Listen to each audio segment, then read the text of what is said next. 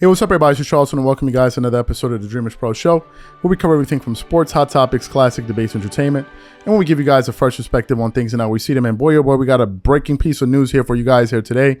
The news just came out that Steve Nash has just been fired. Right, Steve Nash, head coach of the Brooklyn Nets, is officially fired, and we're getting that news from ESPN.com.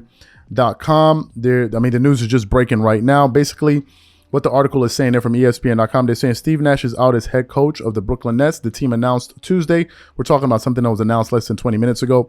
The decision was part of the decision to part ways was mutual between Steve Nash and the Nets. Sources told ESPN Adrian Wojnarowski, "We want to thank Steve Nash for everything he brought to our franchise over the past 2 seasons." General manager Sean Marks said in a statement Tuesday, "Since becoming head coach, Steve Nash was faced with a number of unprecedented challenges, and we are sincerely grateful for his leadership, patience, and humility throughout his tenure. Personally, this was an immensely difficult decision. However, after much deliberation and evaluation of how the season has begun, we agreed that a change is necessary at this time." In a separate statement, Nash thanked Marks and the team ownership for an amazing experience with many challenges that I am incredibly grateful for. Assistant coach Jacques Vaughn is the acting head coach tonight, but expect the Nets to inquire with suspended Boston Celtics head coach Ime Udoka and former Utah Jazz coach Quinn Snyder, among others, sources told ESPN Adrian Wojnarowski. Boston will let Udoka leave for another job, sources say. We got multiple breaking stories within a breaking story. This is a major piece of news. First of all, for the Brooklyn Nets, I think they did the absolute right thing.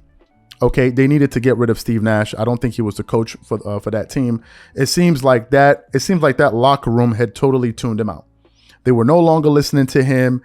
Based on some of the things that Kyrie Irving was saying, he just seemed to be acting on his own. I'm not talking about, I'm just talking about when, Steve Nash initially became the head coach. As y'all know, the team was struggling already into this season. I think before they won last night, they were 5-1, if I'm not mistaken.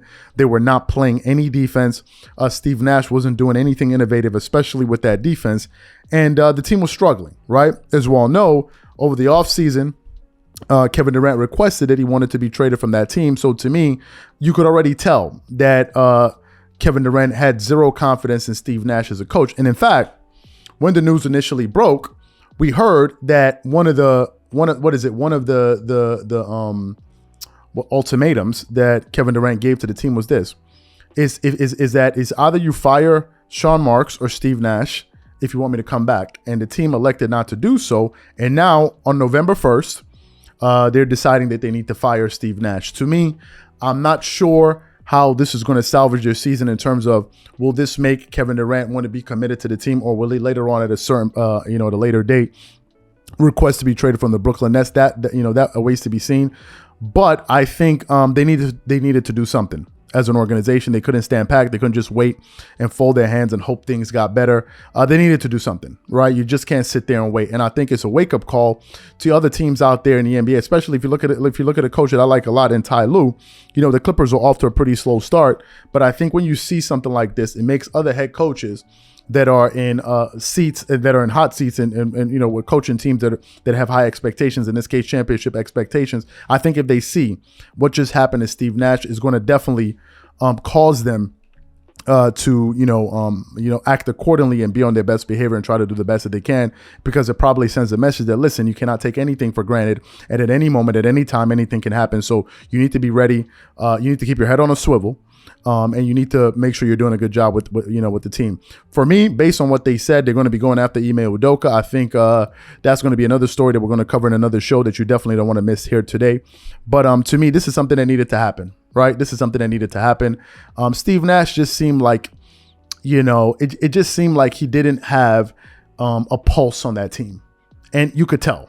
When you watch the body language of those guys, the way that they play, the way that they talk in press conferences, he didn't seem to have a command of that team. And I think the ownership understood that, right? But also, and I think it's something worth noting, it just makes the Brooklyn Nets seem like they are in even more disarray. And I'll tell you why. During the offseason, when Kevin Durant approached them to make this move, they said, no, Josai said, no, we're going to back our staff. You know, our staff has 100%. We have 100% confidence in you. We're going to be backing you, blah, blah, blah, blah, blah, blah, blah. Then a month into the season, 6-7 games into the season, you end up firing the coach that your best player at the time, Kevin Durant, asked you to do. So to me, the Brooklyn Nets still seem like an organization that is absolutely rudderless. They don't have a leader. Now that they fire Steve Nash, we know for certain that they don't have a leader and a coach. And now it looks like the leadership is going to be left to the players and Kyrie Irving and Kevin Durant to lead the way. Kevin Durant doesn't seem to be a type of guy that's a rah-rah guy and get in everybody's face type of guy. So it's definitely going to put Kevin Durant to the test. But now who's steering the ship? Really? Who's steering the ship? To me, the Brooklyn Nets are just a total dumpster fire, man. They're just a total dumpster fire. And I think it starts from the top, right? You couldn't see something like this transpiring. For example, with the Miami Heat, they run too tight a ship, and Pat Riley is not someone that's going to sit there and just let these type of things just percolate, and let everything just run amok. So to me, I think it's a total disaster. I think that if they are able to acquire Ime Udoka as the head coach, they may be able to keep Kyrie Irving and keep Kevin Durant. If they're not able to do that, I expect in the future Kyrie Irving to definitely want to leave the Brooklyn Nets. You should not be surprised by that. And I expect Kevin Durant at a later point, if this team does not perform at a higher level, I expect Kevin Durant to request another trade. There would be no good reason for him to stay there. And some people could say, well, KD, you went there, you made your bed, not laying it. Yeah, but not really. He didn't really make that bed. He was busy listening to other people. And if you have an opportunity to get out of a toxic situation, run. You know why? Because a lot of the people that told KD to stay, toughen it out, this and this and this and this, they're going to be the same ones coming at you the moment you fail. So KD has to do what's best for him, tune out all of that noise and look at it from a basketball standpoint and also from a career standpoint. What's the purpose in staying in Brooklyn, man? Seriously.